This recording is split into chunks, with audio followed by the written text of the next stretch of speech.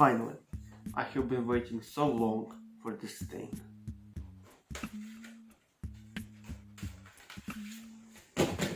The booklet, of course. So, back in February, I finally got this booklet. I'm so glad that I got it before all that stuff with war happened, so it would not be lost or something like that. And today I'm gonna break down this booklet. I hope this video will be interesting for you, so it's not gonna waste the time. Let's begin. So, the booklet opens with a couple of familiar faces that you might saw on the Incredibox Instagram page. It is the first ever versions of the Incredibox faces.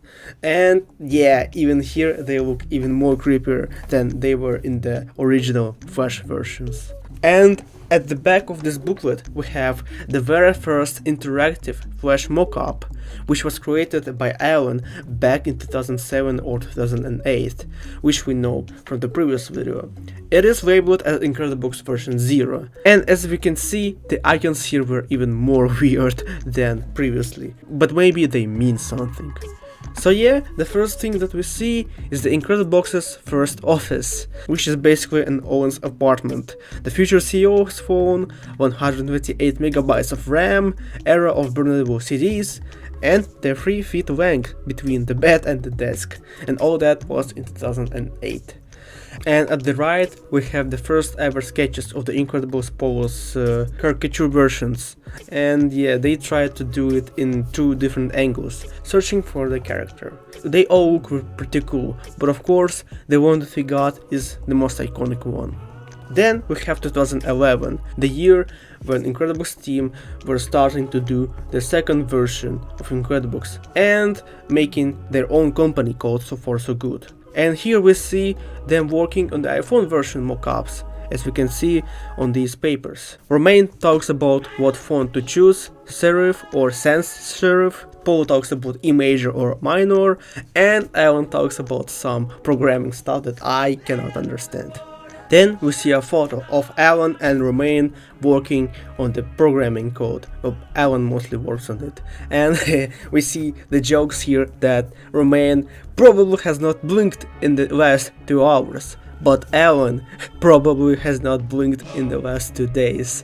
Yeah, programming stuff is very hard. And at the right, we see thousands lines of code for the first mobile version never to be released. So as you maybe know from the first ever Incredibox trailer, they promised to do a mobile version for iPhones. And originally the game was supposed to be vertical, and I actually don't know how it would work, and I'm glad that they decided to do the horizontal version, like originally on PC. Then we see the sunrise work in progress stuff. At the left we see probably Romain's or Alan's hand covering some designs that they were working on for the sunrise version. And at the right we see some sketches that you probably saw from the Instagram and some new ones. And we see the beta versions of the icons, which were originally enigmatic, but then turned from enigmatic icons to accessories.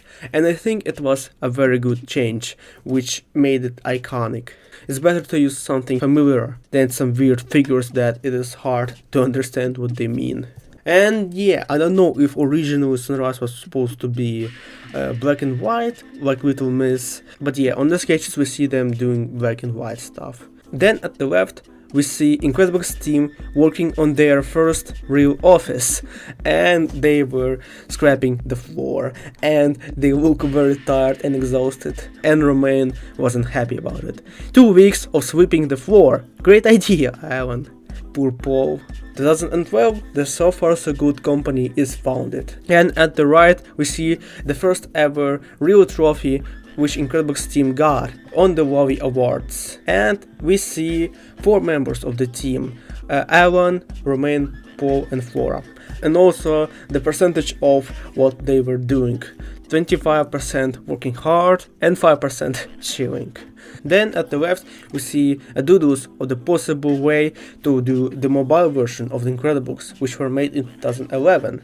I don't know French, but if I have some French subscribers who understand the language, they could translate what all this stuff means. But then, moving to 2016, it took a while for them to do a modern mobile version for Incredibox. Then we see Incredibox in China, Shenzhen Award for Young Talents. And we see a Chinese man congratulating the Incredibox team with the victory, I think. And Alan does not understand what he means, and he's like, "Cat?" And at the right, we see the first iOS trailer, which was directed by Spielberg, I mean Alan, back in 2016, using an iPad to film an iPad, #genius. Then we see a lot of stuff in this room, and the first thing at the left is the world's only Incredibox arcade machine, which costs $1 million, but seriously? This cardboard thing costs $1 million. I hope they joking, because I cannot think that it actually costs $1 million. And at the right we see Incredible Polo's room with tons of keyboards. Are there enough keyboards for him? Who knows?